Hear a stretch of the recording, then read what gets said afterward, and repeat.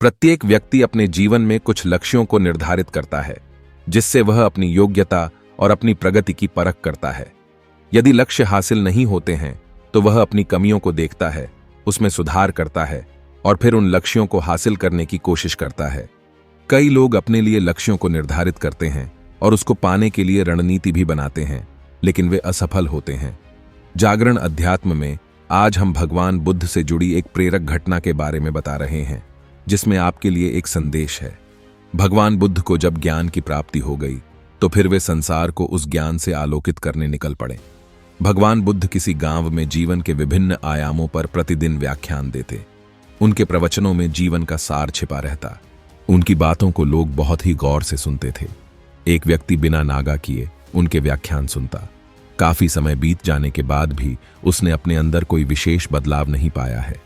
इससे परेशान होकर वह एक दिन बुद्ध के पास गया और बोला कि वह लंबे समय से एक अच्छा इंसान बनने के लिए उनके प्रवचनों को सुनता रहा है, लेकिन इससे उसे कोई विशेष लाभ नहीं हुआ।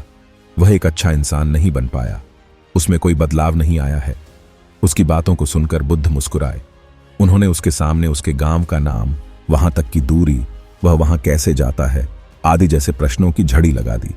जब बुद्ध ने उससे कहा कि क्या वह यहां से बैठे बैठे अपने गांव पहुंच जाएगा, तो वह झुंझला गया। उसने कहा कि ऐसा तो बिल्कुल भी संभव नहीं, उसे वहां तक पहुंचने के लिए पैदल चलकर जाना ही होगा। इस पर भगवान बुद्ध ने कहा कि अब आपको अपने प्रश्न का उत्तर मिल गया होगा।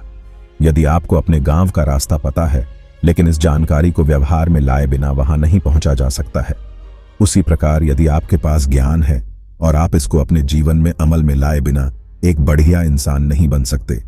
ज्ञान को अपने व्यवहार में लाना आवश्यक है। इसके लिए आपको दृढ़ निश्चय के साथ निरंतर प्रयास करना होगा। कथा का सार ज्ञान को व्यवहार में लाए बिना लक्ष्य की प्राप्ति नहीं की जा सकती है।